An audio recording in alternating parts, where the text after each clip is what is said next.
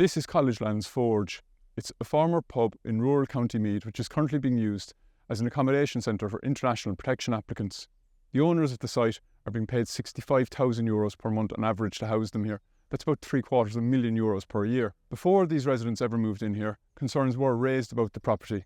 Meath County Council was in touch with the Department of Integration and questioned its suitability. It mentioned the fact that the centre is in such a rural location, 3 to 4 kilometres away from the nearest village, in an area surrounded by twisty rural roads. There are no footpaths, there's no public transport, and poor access to public amenities, according to the council. The owners have put a transport plan in place, but there are concerns about whether it's adequate or not. There are also concerns amongst people living in this area about whether or not the people living in the centre have adequate supports to be integrated into this community. There are concerns that they live a quite isolated existence, and a charity who was working in this area has reported difficulties trying to access the centre and trying to contact people to offer them support and outreach programmes.